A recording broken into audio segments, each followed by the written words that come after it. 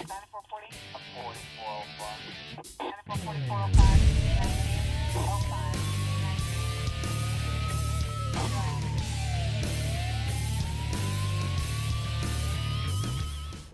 All right, welcome back, crime fighters, for another edition of Calhoun County's Most Wanted, the program where you get to help us lock up the bad guys and make Calhoun County a better and safer place for all of us. I am Chris Wright, along with John Garlick from the Calhoun County Sheriff's Office. Good to see you, John. Good to see you, Chris. And, everything all right with you? Other than allergies. Well, you know, we have that kind of season here. Yeah, we do. I went on vacation at spring break. I had a bad allergy outbreak before we left. Went on spring break and everything was great. And then I get back in town and it hit me again. Yes, well, all that green stuff floating through the air. Yeah. Oh. Ooh.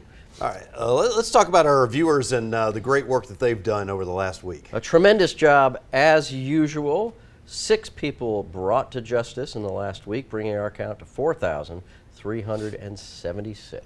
Now, we definitely don't want to discourage anybody from sharing information so that we can continue to go out and find the folks that need to be found. But we have had some discussion here.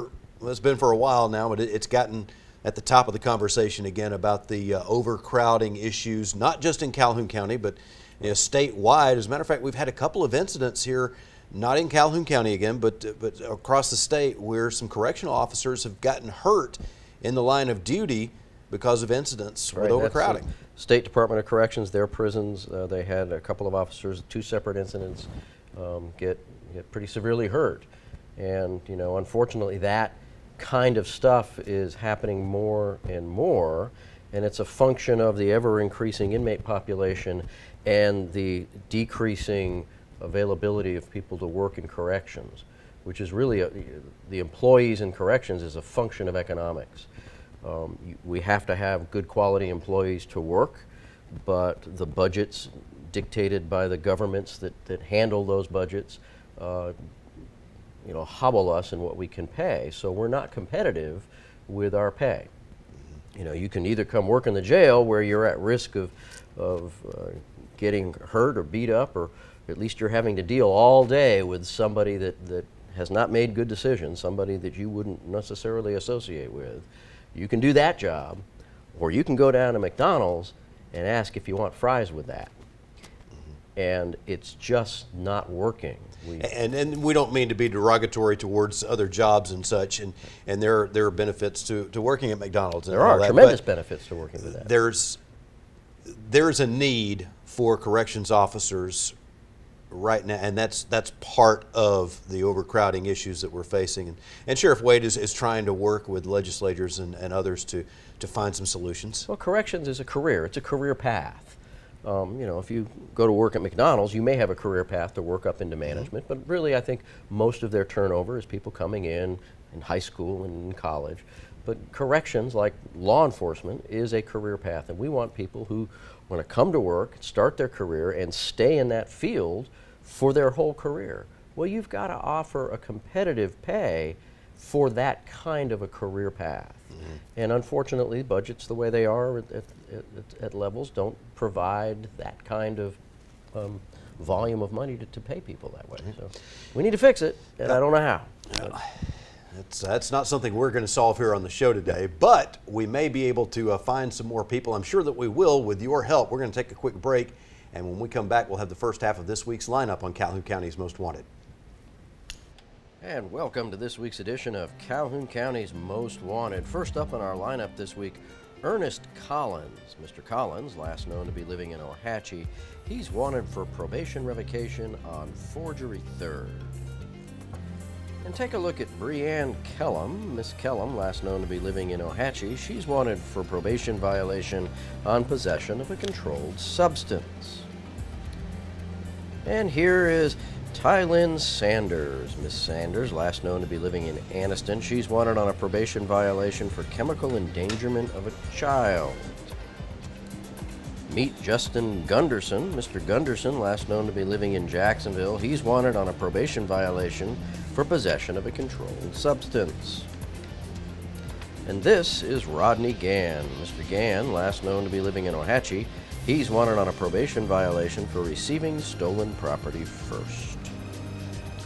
And we'd like you to take a look at Brian Smith. Mr. Smith, last known to be living in Talladega, he's wanted for failure to appear on rendering false alarm and criminal mischief second. And last up for the first half of our lineup, LaSheila Millender. Miss Millender, last known to be living in Talladega. She's wanted for failure to appear on negotiating a worthless check. And that's it for the first half of our lineup. Stay tuned for the second half later in the show. All right, more of the bad guys in just a few minutes, but right now we need to talk about Sam. Sam? Yeah, which is not a bad guy or a good guy, but just an acronym for Sexual Assault Awareness Month, which is the month of April. Sam, there you go. Not Sam, it's Sam.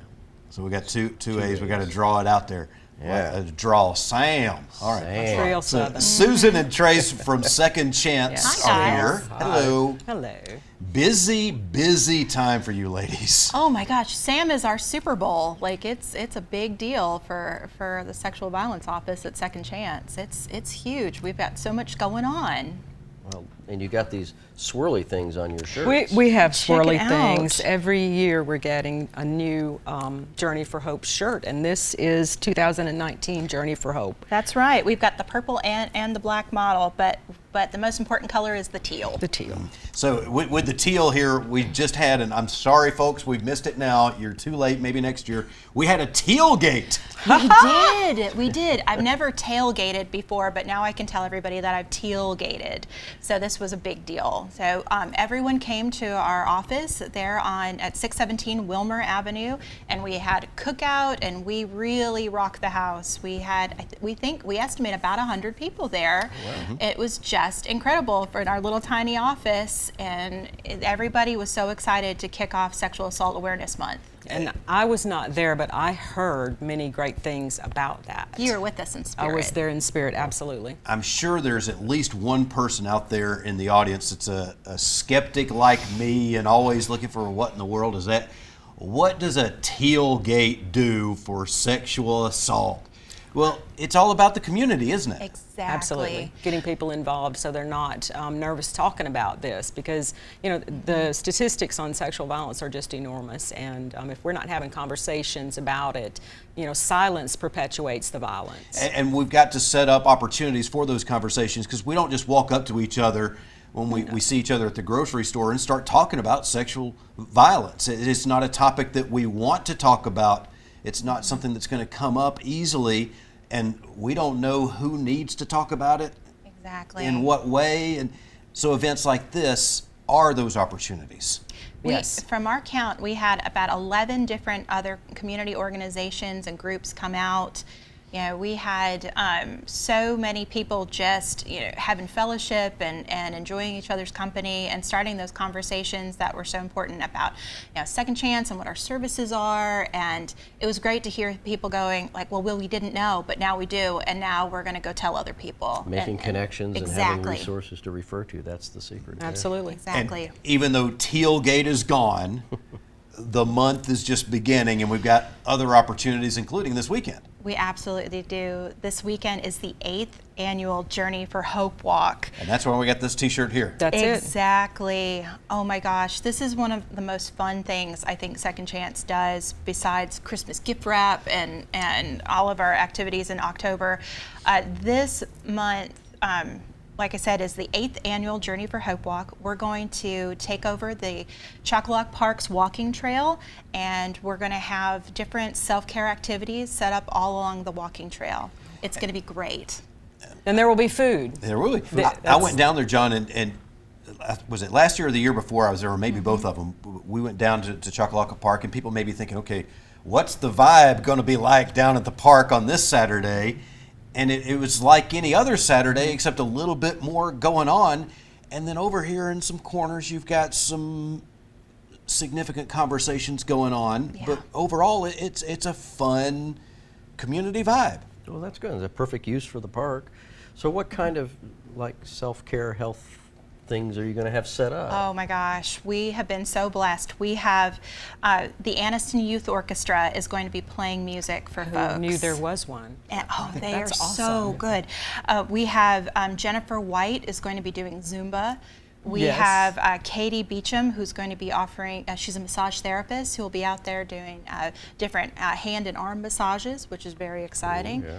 We've got several different groups that, Quality of Life, will be out there talking about how people can find healthcare services in the community. Starting Point Outreach will be out there with us. They're hosting an encouragement station. Shelby Humane and Shelby Safe Pet will be out, who we love, and they'll be out there with dogs that part of their weekend warrior program. So they have consensual dog petting and dog walking. It'll be so great. Do they have dog adoption They going do on? have dog adoptions, yes. Yes. So they'll be out, if you're a dog person and you just need to hug a rover for a minute, we've got that covered. And all had child care those moments. available Exactly. also for kids in the play area there will be looked after while their parents do the walk thing. Exactly. But you're going to need some help pulling this off. Always. We need to take a quick break. When we come back, I want to talk about how people can be a part of this in a bigger way than just showing up. And we'll also have the second half of this week's lineup when we come back on Calhoun County's Most Wanted. And welcome to the second half of our lineup. First up this half, Tanya Bentley. Miss Bentley, last known to be living in Pell City. She's wanted on a failure to appear on disorderly conduct. And this is Jason Sessions. Mr. Sessions, last known to be living in Heflin. He's wanted on a probation revocation for possession of a controlled substance, use and possession of drug paraphernalia. We'd like you to meet Brett Hallbrooks. Mr. Hallbrooks, last known to be living in Piedmont. He's wanted for a failure to appear on criminal mischief first. And here is Wayne Poole. Mr. Poole, last known to be living in Piedmont. He's wanted for failure to appear on possession of controlled substance, possession of marijuana second, and use and possession of drug paraphernalia. And meet Floyd Webb.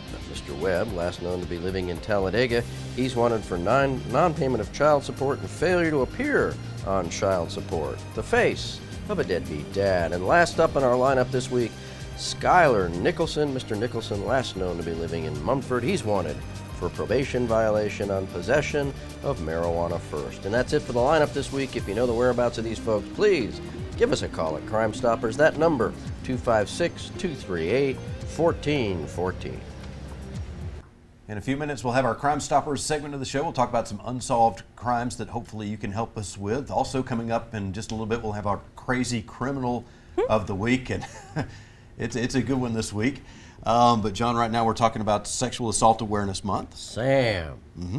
With the ladies from Second Chance, Susan and Trace.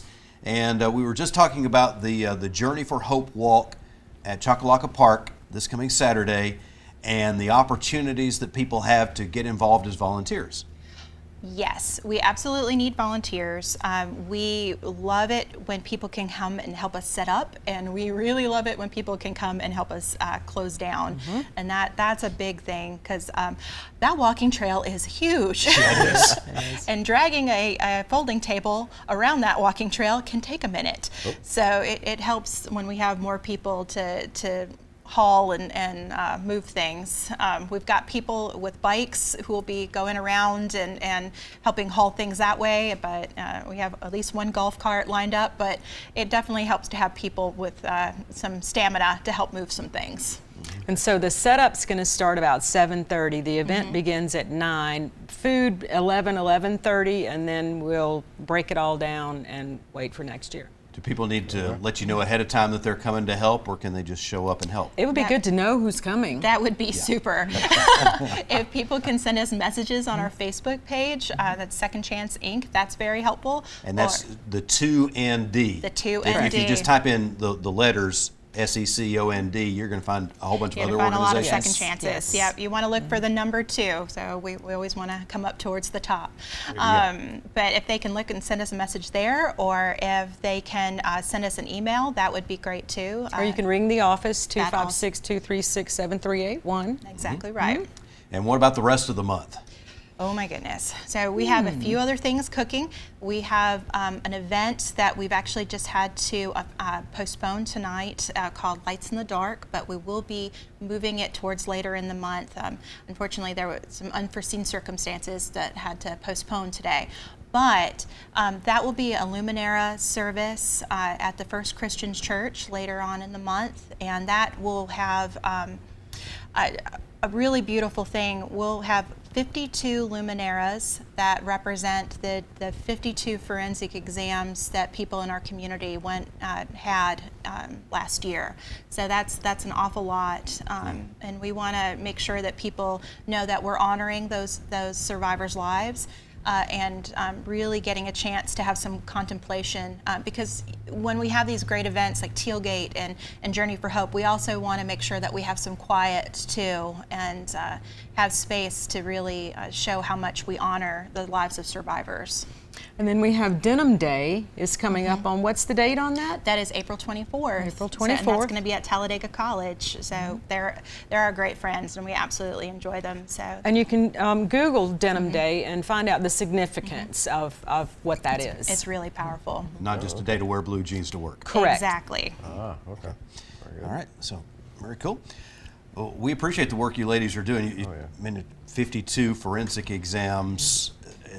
And those are just the People didn't ones that catch on. we Yeah, right. accompanied on. Exactly. so- That's just the right. tip of the iceberg. Then there's folks that don't report and Exactly. all that. There's a lot of victims out there, and a lot of people that need a chance to grieve, a chance to share, Exactly. and somebody to say, "I hear you." Right. Chance to heal. Part of the recovery process. reconnect. Exactly. All right. Well, ladies, thank you very much. I know you got a lot Thank to you. do this month, so we'll let you get back to it, and we will get back to catching bad guys in just a second. When we come back, we'll have the Crime Stopper segment of the show and our Crazy Criminal of the Week on Calhoun County's Most Wanted. And welcome to the Crime Stoppers portion of our show, where we ask you to help our investigators on the following cases. First up, on March 17th, an unknown person entered a resident's garage, tampered with a motorcycle, and unlawfully entered a vehicle on Moana Drive in Alexandria. And between March 13th and March 20th, someone entered a fire-damaged residence on Highway 144 in Ohatchee. A large amount of items were stolen, to include a Craftsman 18-inch chainsaw, a tray of tools, an ammo box with some ammo, a 3-ton floor jack, drill press, and a Constellation trumpet. And between March 13th and March 16th, a firearm was stolen from a truck parked on a business on Highway 431 in Wellington. And on March 23rd, a black 12-foot Baggett trailer was stolen from a home on Highway 278 in West Piedmont. And between March 25th and March 26th, an 18-foot Barrentine car hauler trailer was stolen from a residence on Highway 278 in Piedmont. A suspicious older white truck was seen in the owner's yard. And that's it for your Crime Stoppers cases. If you have any information on these, please give us a call at Crime Stoppers. That number, 256-238-1414. Remember, we want your information and not your name. Stupid! You're so stupid! All right, our Crazy Criminal of the Week, John. We got Charles Eugene Ferris, 50 years old, All right. out on his back deck Yeah. drinking with his neighbor, Yeah. Alcohol. Christopher Hicks, 36 years old. Yeah. This is happening in Arkansas. And Charles is wearing his bulletproof vest. I think I see where this is going to go. So he wants to show off how effective it is. So he asks Christopher to shoot him. Brilliant. So the younger guy shoots the older guy in the vest. Yeah. It doesn't penetrate, but it does hurt. Oh, yeah. You know, turns out that even though it saves your life, that bulletproof vest doesn't keep you from getting hurt. No. It hurts. So he takes the vest off, and the young guy puts it on, and now he's mad because he got hurt. So he unloads into the vest on the other guy. Really? So the other guy puts it on. I've shot you now. Here, hold this vest for me. Let me shoot you. They're That's great. shooting each other, taking turns wearing the bulletproof vest, and then Mr. Ferris goes to the hospital to see about his injury. Even though the bullet didn't go into He's his body, it bruised. still bruised him up pretty bad. Oh, yeah, he's bruised. He initially gives them a story saying that he was injured while protecting an asset. Ah, He was paid $200 to protect an asset. They didn't buy it. They alerted the authorities, and the authorities have arrested both of the men, as you can see from the mugshots. well, there you go. They're brilliance. So it is illegal to shoot somebody even if they're wearing a bulletproof vest That's and just ask true. you to. Yeah, that's just not right. Don't. Are you Oh, vested my- up? No. No? Okay. TV show. I don't have my gun anyway.